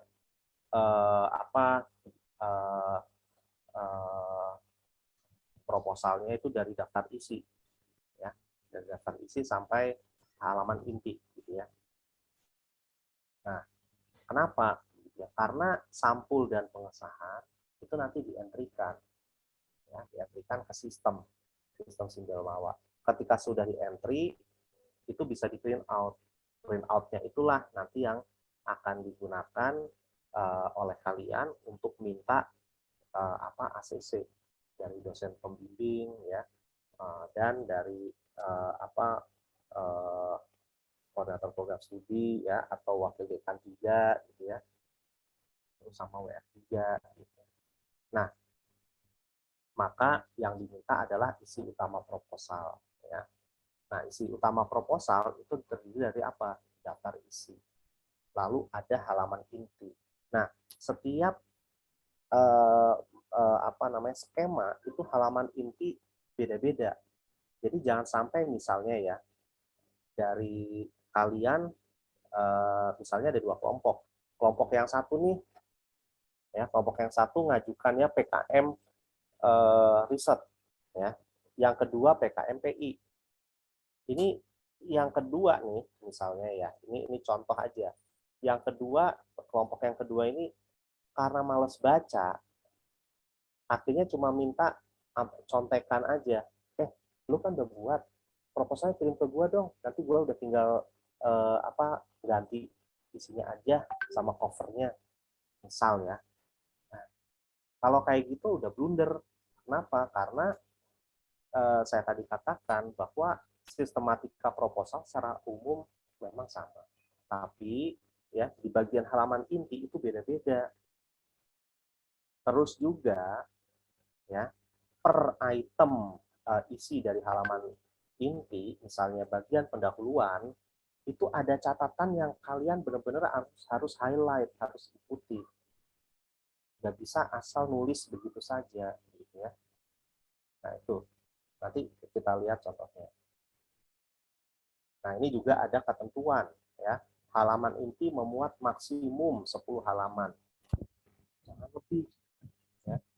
Pak Iwan, mohon maaf waktunya Oh 10 iya, menit iya. lagi. Wah, nggak terasa ya. Mohon maaf Oke. ya. Ya, ya, siap Bu Irma. Terima kasih Pak Iwan. Ya, oke, saya lanjutkan ya. Waktunya tidak terasa. Oke, nah, ya ini adalah kaidah penulisan ya. Itu harus menggunakan Times New Roman, ukurannya 12, jarak spasi 1,15, layoutnya A4, 1 kolom, marginnya kiri 4 cm. Ini nanti dicek benar-benar ini sama tim penilainya. Maka ini harus benar-benar diikuti. Ya. Kalau di proposal hibah penelitian dosen, nah, template-nya tuh benar-benar udah disediakan. Ketika dosen itu ngutak-ngatik, udah kemungkinan gagalnya besar. Nah ini ya, ini adalah format tulisan proposal, halaman inti ya. Ini saya ngambil contoh format tulisan yang PKMR ya, bukan yang lain ya. Karena mau menjelaskan satu aja waktunya udah nggak cukup ya, apalagi semua itu banyak banget. Oke, ini adalah yang saya maksud tadi ya. Di pendahuluan ya, berisi uraian latar belakang, justifikasi ilmiah, permasalahan yang akan diteliti, ya itu juga alasan penelitian diungkapkan melalui pemaparan fenomena nyata yang ditemui penelitian yang pernah dilakukan sebelumnya. Karena penelitian yang pernah dilakukan sebelumnya itu harus dasarnya saintifik, lihatnya dari apa? Dari artikel, ya bukan dari blog, bukan dari media massa digital, bukan dari YouTube ya kurang lebih seperti itu. Ini karena waktunya sudah sebentar lagi maka saya skip ya. Nah terus tinjauan pustaka ini harapannya adalah bukan cuma kumpulan teori, bukan cuma nyadur dari buku, tapi merupakan rangkaian hasil ya rangkaian hasil dari penelitian yang sudah dilakukan sebelumnya. Nanti akan saya kasih contoh proposal yang dari bimbingan saya yang lolos sampai finals. Selanjutnya metode penelitian ya. Nah ini harus berisi tahapan penelitian yang akan dilaksanakan, prosedurnya bagaimana, keluaran dan indikatornya, keterukurannya bagaimana, tekniknya, analisis data yang digunakan apa, itu harus ditulis. Nah, lalu juga bab 4 nih biaya dan jadwal kegiatan. Anggaran biayanya ini harus ditulis dengan baik. Aturan honorarium dan lain-lain. Kalian harus belajar melihat SPM, aturan keuangan. Itu mahasiswa saya biasanya saya minta mengikuti aturan keuangan yang tertuang pada SPM. Terus juga formatnya, format harus mengikuti ya kaidah yang sudah ditentukan. Nggak boleh kita berkreasi. Atau kalian ada yang Pak, yang saya pernah ikuti waktu pelatihan membuat rencana anggaran biaya itu pada saat pelatihan di BEM, nggak kayak gitu Pak. Ada satuan, harga satuan, ada kuantiti dan lain Pak. Ini nggak ada Pak. Ya sudah, nggak apa-apa, kita ikutinya aja. Rule-nya kan begini. Oke ya, selanjutnya sini daftar pustaka. Ya, daftar pustaka disusun dari sistem nama dan tahun. Harvard Style. Nah, kalau udah Harvard Style ya sudah ikuti Harvard Style. Jarak 1 spasi ikuti jarak 1 spasi. Jangan sampai kita lupa merubah. Tadi katakan di halaman ini 1,15. Begitu di daftar pustaka kita lupa rubah. Nah, itu blunder. Kalau lupa rubah, maka kita harus baca betul-betul. Terus lampiran ya. Ini ada biodata. Ini coba lengkapi semuanya. Justifikasi anggaran kegiatan. Nah, ini adalah detail dari rekapitulasi yang ditayangkan tadi. Terus juga surat pernyataan ketua pelaksana, nah, itu dilihat apakah pakai materai atau tidak, tanda tangan basah atau digital, itu harus benar-benar lihat. Terus susunan pembagian kerja, nah itu harus ditulis juga. Ya. Ikuti prosedurnya, ini ada di contohnya dari lampiran. Ya. Dan juga ya terakhir, saran saya kalian pelajari ya, karena di pedoman itu udah ada rubrik penilaiannya. Ya, nah rubrik penilaian ini kalian harus pelajari betul ya. Tinjauan pustaka, state of the art. State of the art itu apa? Oh, ini berarti harus di tinjauan pustaka harus dimasukkan nih. Nah, terus fokus dan atraktif, perumusan masalah. Maksudnya apa ya? Originalitasnya itu maksudnya seperti apa? Ya, kurang lebih seperti itu. Mungkin dari saya cukup sekian ya. Mudah-mudahan menginspirasi dengan waktu yang singkat ini. Apabila memang diperlukan nanti bimbingan teknisnya, ya insya Allah saya kalau waktunya tidak bentrok dengan kegiatan lain akan saya sempatkan. Terima kasih. Wassalamualaikum warahmatullahi wabarakatuh. Baik, terima kasih Pak Iwan. Paparannya begitu lengkap sebetulnya, menginspirasi. Kemudian semoga dapat memotivasi dan membuat semangat ya, terutama mahasiswa-mahasiswa prodi nih, prodi kimia. Karena sebetulnya kan dalam rangka implementasi Tridharma perguruan tinggi ya, mahasiswa juga diharapkan dapat membuat proposal gitu ya, proposal pengabdian masyarakat agar meningkatkan jumlah mahasiswa UNJ yang berprestasi di level nasional ya Pak ya. Sehingga nanti kan akan meningkatkan indikator kinerja umum perguruan tinggi negeri, terutama perguruan tinggi, terutama Universitas Negeri Jakarta. Oke, baik. Selanjutnya adalah sesi tanya jawab ya. Silakan jika ada yang bertanya. Mungkin saya dulu ya Pak. Saya suka ini Pak. Kadang-kadang mahasiswa itu ini anggotanya itu Pak satu angkatan semua Pak. Oh. Itu bagaimana Pak? Ya. Saya mengawali dulu lah pertanyaannya biasanya. Ya. Pada prinsipnya sih sebenarnya nggak masalah Bu. Sebenarnya iya. Cuma mungkin akan jadi masalah misalnya butuh pengetahuan atau wawasan yang lebih. Kan kalau misalnya bisa bervariasi, maka isi proposalnya akan lebih luas horizonnya. Dari sudut pandang saya sih demikian gitu. Jadi memang lebih baik tuh lintas angkatan atau mungkin lebih baik lintas prodi ya Pak ya. Jadi kan betul-betul nanti akan lengkap gitu ya. Ya bisa lintas prodi kalau misalnya memang topiknya itu memungkinkan dan harus memperoleh wawasan tambahan dari lintas prodi. Iya.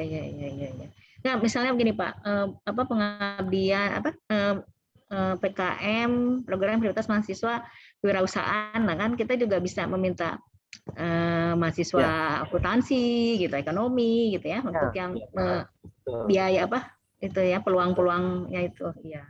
Oke, silakan. Ada mungkin mahasiswa yang ini teknologi kayak betul. Yang PI itu bisa dengan fakultas teknik misalnya. Betul, iya kan itu mungkin lebih ini ya Pak, lebih lengkap ya. Iya. Oke, silakan ini mahasiswa.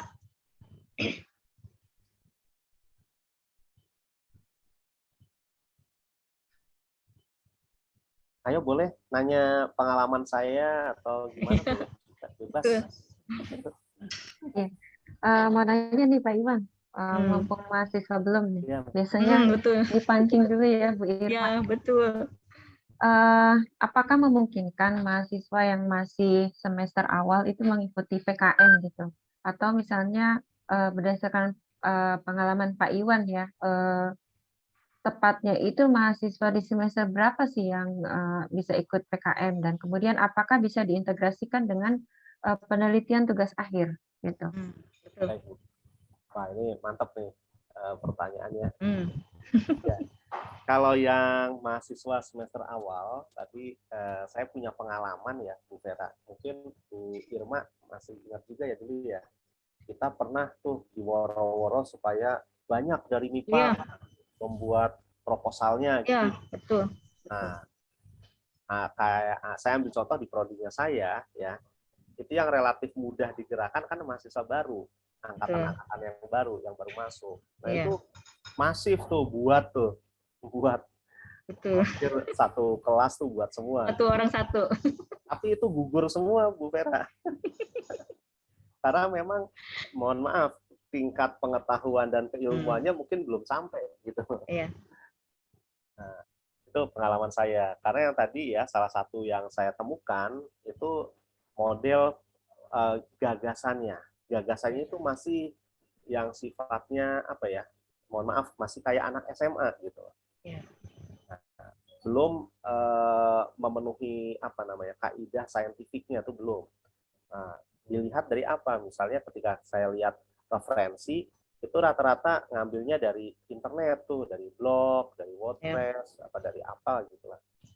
Belum mengacu pada artikel. Nah, dari pengalaman saya juga yang rata-rata dapat pendanaan yang lolos begitu ya, dari yang topik pentas telur, biogas, terus yang klorofil ya, sampai yang terakhir kemarin artikel yang AI itu rata-rata adalah yang pentas telur itu topik skripsi, yang biogas itu juga skripsi, yang sampai PIMNAS itu juga a part of skripsi gitu. Nah, terus yang artikel ilmiah PKM AI kemarin itu bagian dari pengabdian masyarakat terintegrasi KKN, which is mahasiswanya sudah memperoleh 110 SHS. Itu pengalaman saya. Iya.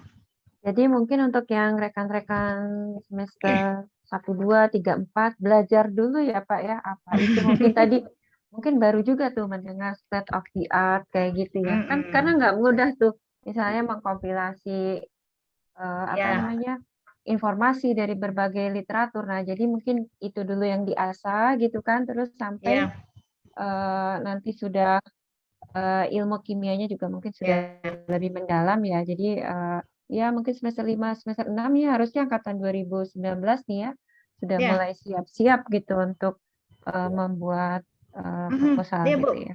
Ya Bu Vera, angkatan yang tertua 2019 Bu sebagai ketua. Jadi 2018 sekarang sudah tidak. Jadi mungkin 2019, 2020 dan 2021. Nah, maksudnya sebaiknya 2021 ngikut dulu kali ya, anak bawang dulu mungkin gitu. Ya, mungkin yang diutamakan 2019 dan 2020. Ya, tapi nggak apa-apa. Jadinya lebih awal mengetahui ya modalnya apa dulu nih yang harus dipelajari gitu ya. Ini jadi kita bertiga aja nih yang diskusi nih malah nih mahasiswanya. Iya nih mahasiswa kimia. Ayo. Aldi kali mau nanya Aldi. Ya, Ara, Anissa, Yogi. Ya, Yogi mana Yogi? Yogi ya. Ya, saya silakan. Sudah mengajukan PKM PM kan? Nah, Yogi ini mana Yogi?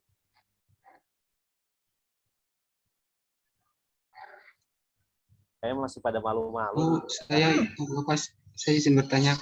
Silakan. Oh iya, silakan. Siapa nih? Bikin aja yang nanya. Saya Bu. Niko ya? Bukan. Oh, Ali.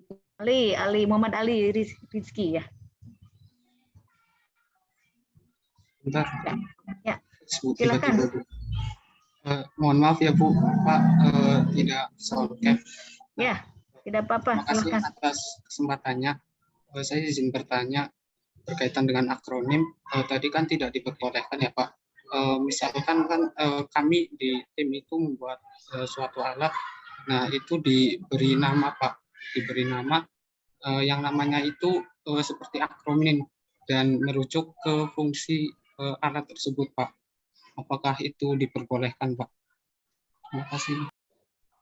Mungkin saran saya ya dijabarkan aja dulu, baru nanti penamaannya itu dijelaskan di bagian ini apa mungkin di bagian perumusan masalah gitu ya, atau tujuan gitu, atau di bagian pendahuluan itu disampaikan, bisa sih. Tapi kalau di judul kita ikutin aja, karena gini loh, di tahap 1 itu apa ya? Seleksi administrasi. Seleksi administrasi itu hitam putih ya, Bu Irma. Betul. Masa belum perang udah kalah? Iya, jadi menurut saya hal utama itu adalah ikuti semua persyaratan administrasi, jangan ada yang kita coba hindari gitu. Iya. Follow the rule gitu. Betul. Jenis kertas, spasi, terus iya. halaman, penomoran halaman, ya. Jumlah halaman segala macam itu ini banget ketat. Saya punya pengalaman nih Bu Vera sama Bu Irma. Itu yang lolos PIMNAS itu yang bimbingan saya, itu dari fisika cuma saya doang itu, anak bimbingan saya doang yang usulin, tapi langsung sampai PIMNAS. Yang seminar hebat, Satu usulan malah tembus terus gitu. hebat, hebat. Pak Iwan tuh banyak ininya, banyak bimbingannya yang langsung berhasil PIMNAS. Oh, Ya. enggak, baru satu. Gimana Ali? Jadi mungkin mengikuti ini dulu ya, aturannya itu ya, yang dibaca betul ya Ali ya. Jenis kertas, spasi segala Iya, macam. Ya. Iya, Bu. Terus maksimal judul juga 20 kalau nggak salah ya Pak ya. Iya. Itu tahap 1 tuh memang itu sekali. Halaman inti itu maksimum kalau judul 20 kata ya, 20 kata. Judul 20 kata. Ya, Halaman tuh halaman inti itu 10 halaman. yang iya, daftar apa? Pendahuluan sampai daftar pustaka. Iya. Itu 10. Kemudian biaya ya, dana, nah, itu juga nggak boleh kurang dari 5 juta, nggak boleh lebih dari 10 juta gitu. Aduh, itu aturannya banyak. Nanti penamaan juga bisa jadi hak cipta itu ya. Kenapa? Untuk pembuatan nama, misalnya kan tadi membuat produk ya, alat atau apa itu ya. Oh iya. Jadi kalau misalkan membuat nama dari alat itu, nama itu kan menjadi suatu brand ya. Ya. Kan identitas itu bisa di HKI-kan. Oh Bisa iya. diajukan HKI, bisa lewat Ya. Paten. Cukup jelas Ali? Baik Bu, terima kasih Pak Iwan.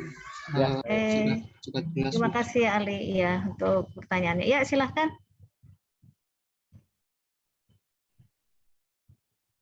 Ada yang angkat tangan nih Bu Irma, Yulia Rahma. Oh iya silahkan Yulia. Iya Ibu, terima kasih atas pertanyaan. Izin bertanya Pak Iwan terkait ini untuk materai. Kebetulan kemarin ada juga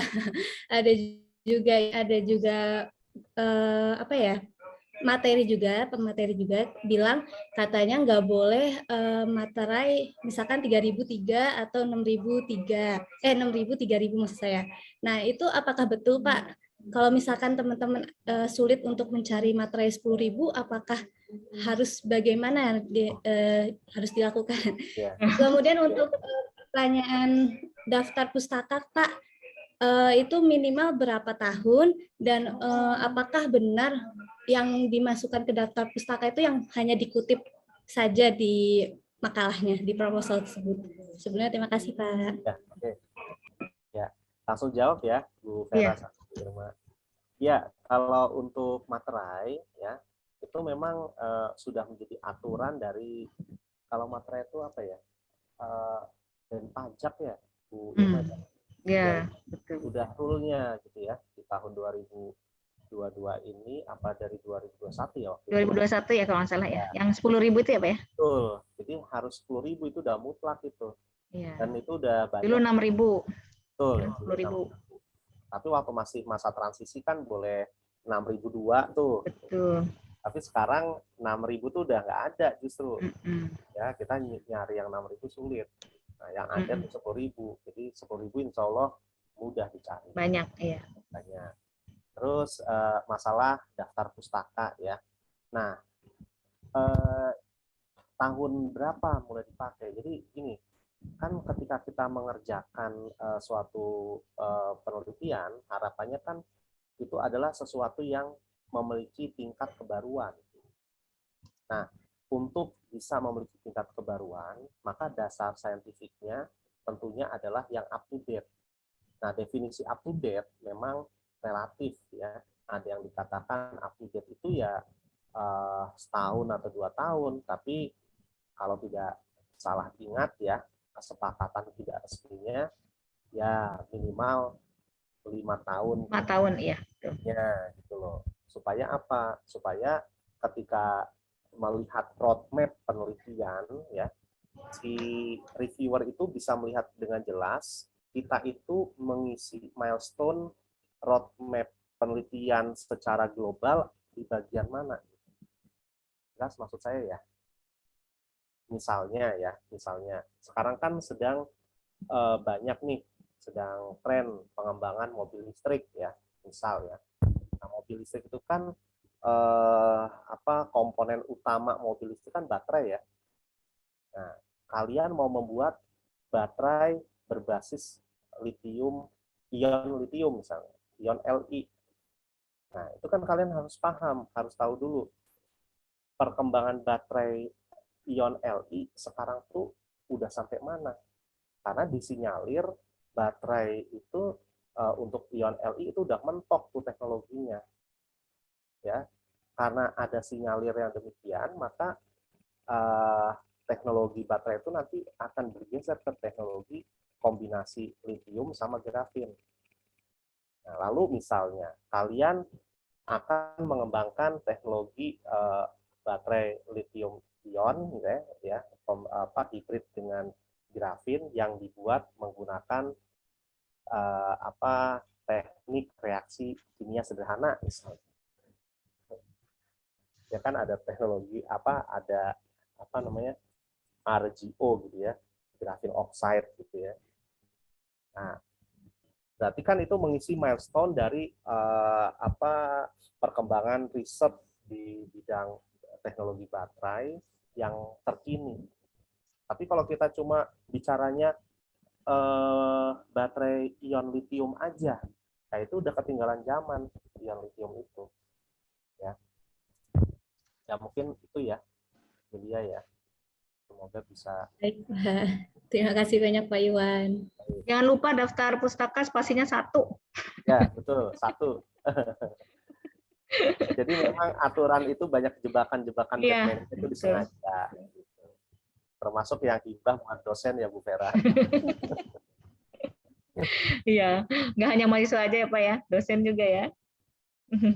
Oke, baik, silahkan ditunggu pertanyaan selanjutnya. Ini angkatan tadi Yulia 2020, Ali 2020 sampai apa nih nama mahasiswanya? Ini angkatan 2019 mana? Ayo yang tanya angkatan 2019, silahkan. Wildan. Ayo boleh bebas. Ya, Wildan, Rizky, silahkan.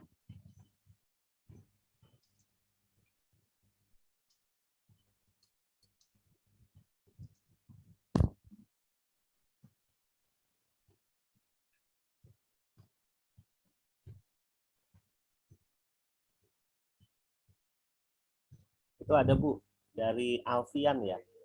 Iya, Azhar Alfian. Ya, silakan. Ya, ini 2021 ya, silakan. Sebelumnya, Assalamualaikum warahmatullahi wabarakatuh. Waalaikumsalam warahmatullahi wabarakatuh. Mohon maaf Bapak Ibu, perkenalkan saya Azhar Alfiansyah dari angkatan 2021. Saya kan masih awam ya Pak Bu tentang PKM ini karena masih mahasiswa baru atau awam. Saya ingin bertanya Pak Bu, untuk membuat sebuah PKM itu apakah harus dengan penelitian yang memungkinkan untuk diteliti seperti diteliti di laboratorium gitu Bu? Apakah boleh kalau misalnya sebuah penelitian yang tidak bisa dilakukan di laboratorium di kampus, misalnya seperti membuat PKM tentang nuklir mungkin Bu, Pak. Itu saja. Terima kasih. Baik. Ya. Boleh saja sih sebenarnya, kan itu kriteria PKM macam-macam. Ya, kalau misalnya mau bicara nuklir, kita juga perlu realistis ya. Ketika tidak ada laboratoriumnya, kita bisa membuat misalnya gagasan tertulis atau artikel ilmiah gitu ya. Artikel ilmiah nanti sifatnya bisa review gitu. Kalau gagasan tertulis tadi harus yang konkret, misalnya kita juga harus paham perkembangan misalnya di bidang nuklir itu sejauh mana, yang akan kita kerjakan apa begitu ya. Dan kita harus tahu ketika kita punya ide itu, nanti ide tersebut bisa nggak nih diwujudkan dengan alat uji yang sudah ada di dunia ini ya. Jadi nggak harus yang ada di kampus, tapi boleh misalnya kalian merujuk kepada paper atau yang dimiliki oleh reaktor nuklir mana begitu. Ya kurang lebihnya seperti itu. Mohon maaf Pak, berarti untuk PKM itu boleh hanya menggunakan teori ya Pak? Tidak Iya, hanya praktik kan Pak? tadi ada 8 skema tuh, ya kan?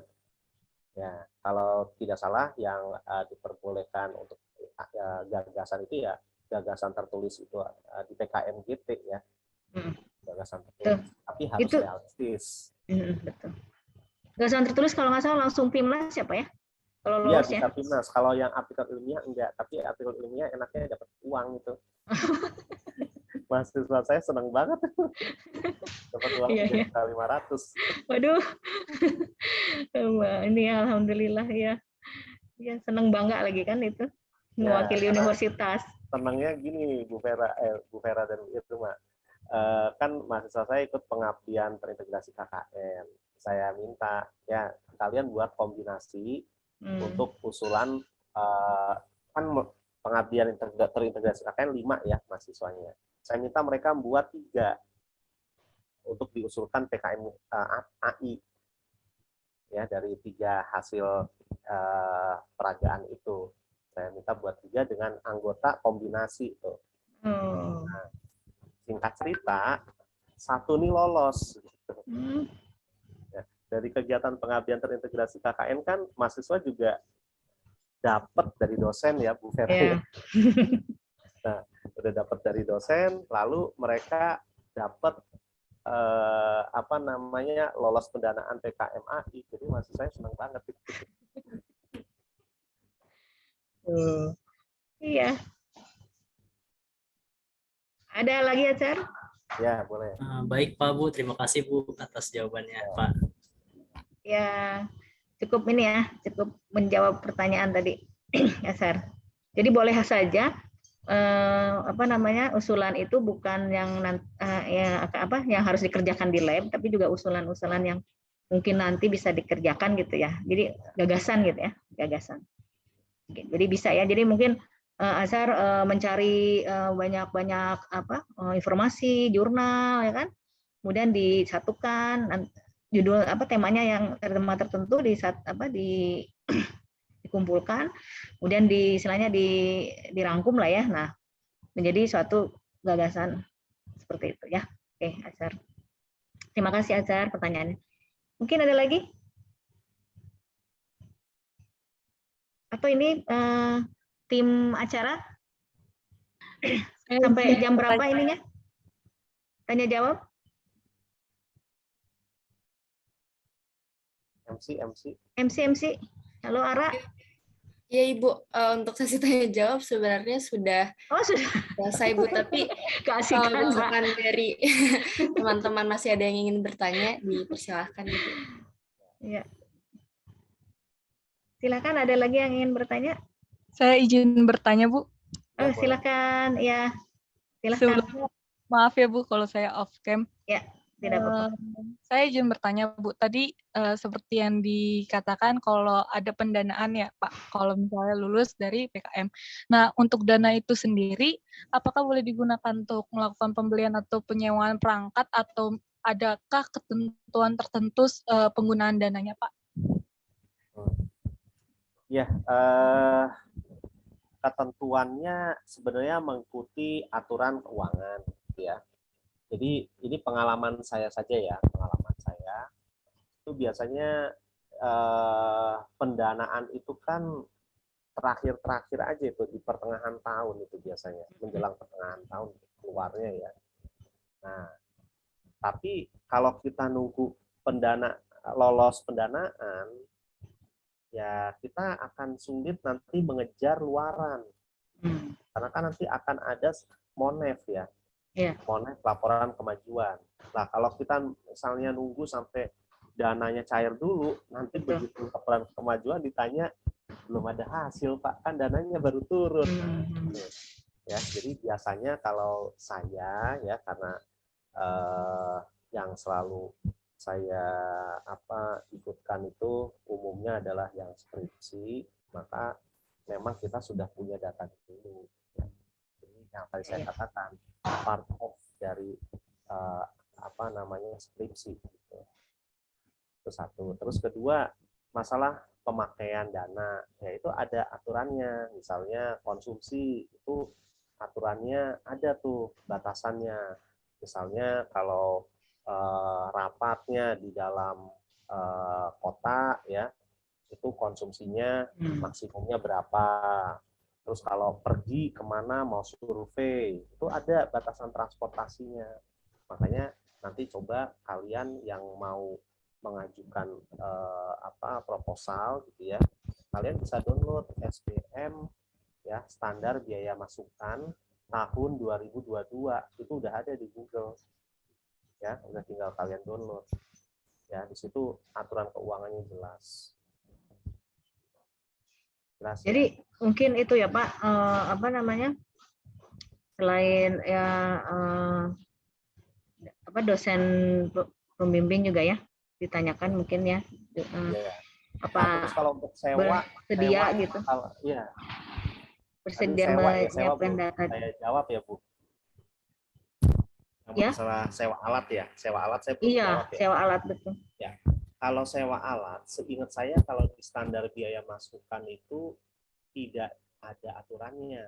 Jadi tergantung, misalnya gini ya, mau nyewa alat ukur misalnya multimeter sewa sebulan itu nggak ada aturannya tuh. Jadi yang penting kalian nanti punya kwitansi sewanya dari entah dari instansinya ya, instansi atau dari tokonya atau dari toko gitu ya, capnya mungkin ya, tanggal ya, ada buktinya lah gitu.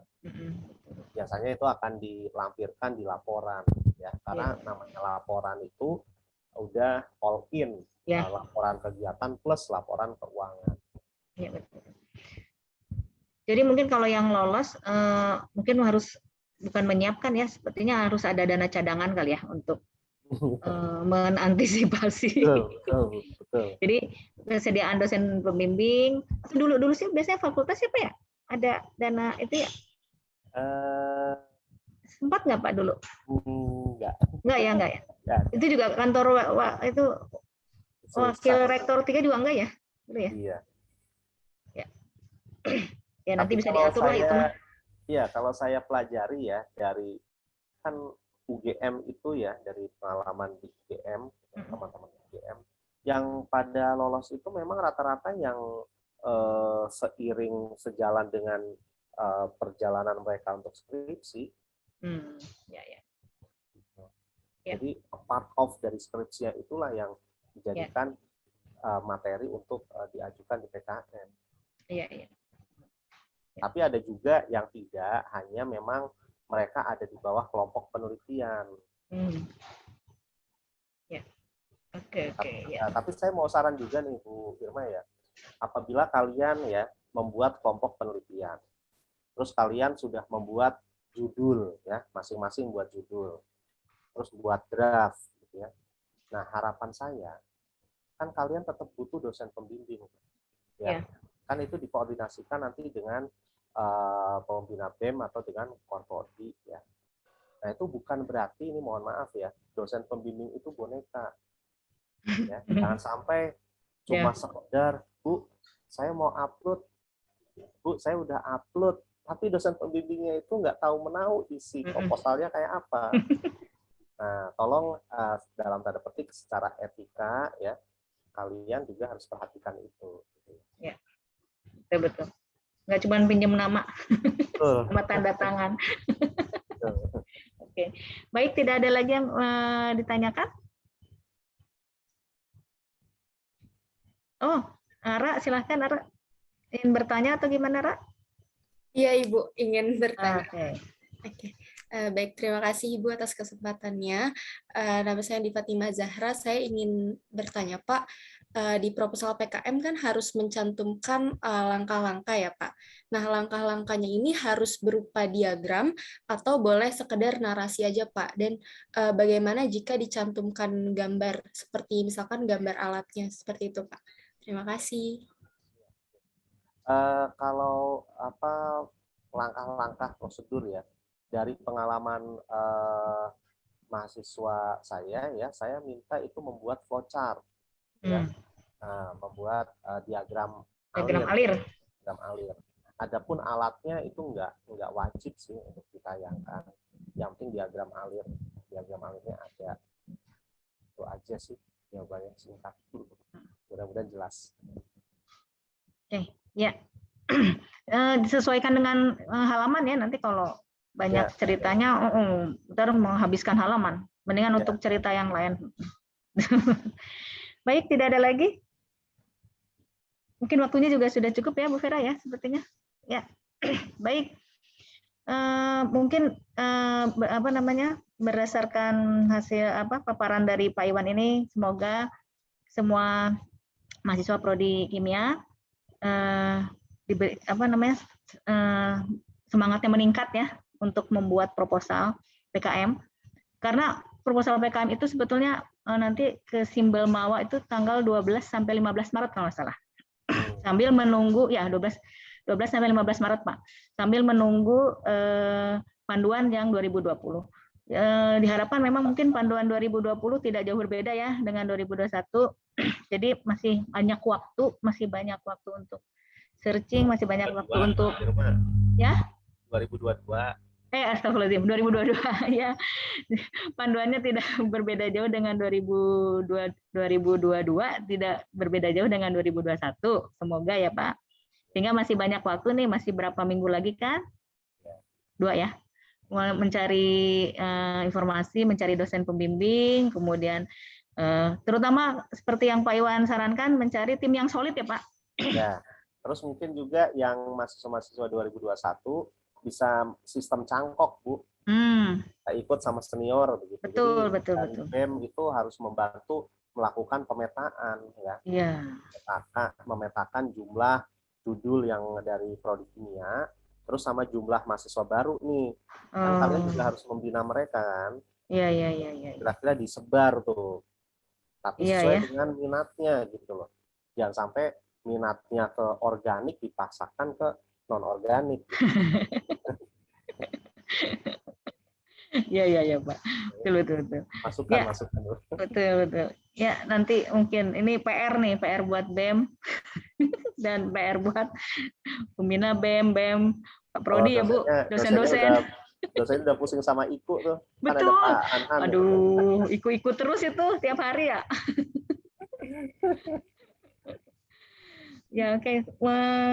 Mungkin cukup sekian ya Pak Iwan, terima kasih. Ya, baik. Terima kasih banyak semuanya Pak. Semoga maaf kalau dari saya ada kekurangan ya. Informasi yang Pak Iwan berikan menjadi amal jariah buat Pak Iwan, insya Allah, dan bermanfaat untuk kita semua. Ya, saya akhiri. Assalamualaikum warahmatullahi wabarakatuh. Silakan saya kembalikan ke Ara. Waalaikumsalam warahmatullahi wabarakatuh. Terima kasih kepada Ibu Irma yang sudah memandu pemaparan materi sekaligus sesi tanya jawab tadi. Baik, dengan berakhirnya sesi tanya jawab, maka berakhir juga acara kita pada hari ini. Nah, namun sebelum ditutup akan ada sesi dokumentasi terlebih dahulu. Diharapkan kepada seluruh partisipan untuk menyalakan fitur kameranya terlebih dahulu. Ayo boleh teman-teman dinyalakan kameranya.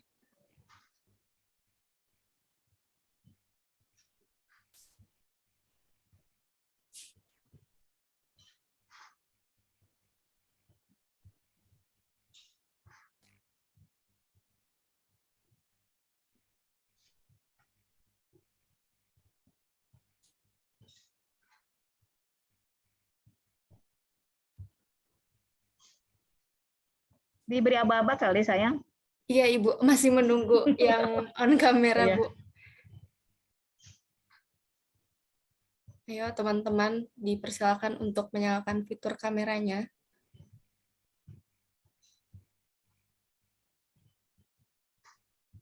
Oke, baik.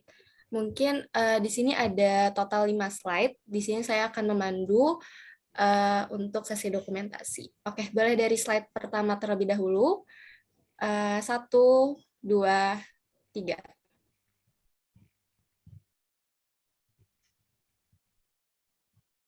Oke, baik. Untuk slide kedua, 1, 2, 3.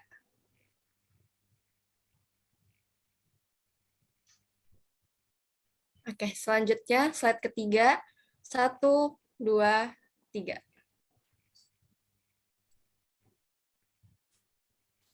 Oke, lalu slide keempat. 1, 2, 3. Dan slide terakhir. 1, 2, 3. Oke, baik. Terima kasih untuk tim HPD juga yang sudah mendokumentasikan acara pada hari ini. Sekali lagi, saya ingin mengucapkan terima kasih sebesar-besarnya kepada seluruh partisipan yang terlibat. Terima kasih kepada Ibu Irma Ratna Kartika, MSc Tech, selaku pembina BEM Prodi Kimia sekaligus moderator pada acara hari ini. Terima kasih juga kepada Bapak Dr. Iwan Sugihartono, MSI, selaku pembicara pada hari ini. Materinya sangat amat bermanfaat dan penyampaiannya sangat menarik. Semoga materi pada hari ini bisa menjadi bekal kita selaku para mahasiswa untuk mempersiapkan proposal PKM yang menarik dan juga bagus tentunya. Terima kasih juga kepada Ibu Vera, kepada Bapak dan Ibu dosen yang hadir yang tidak bisa saya sebutkan satu persatu tanpa mengurangi rasa hormat saya. Terima kasih karena sudah menyempatkan waktunya untuk hadir pada acara hari ini. Saya Andi Fatima Zahra, mewakili seluruh panitia, memohon maaf apabila ada kekurangan. Kami izin pamit undur diri. Terima kasih. Wassalamualaikum warahmatullahi wabarakatuh. Sampai bertemu di agenda bermanfaat lainnya. Waalaikumsalam Pak Iwan, hatur warahmatullahi nuhun ya. wabarakatuh. Iya, Pak Iwan.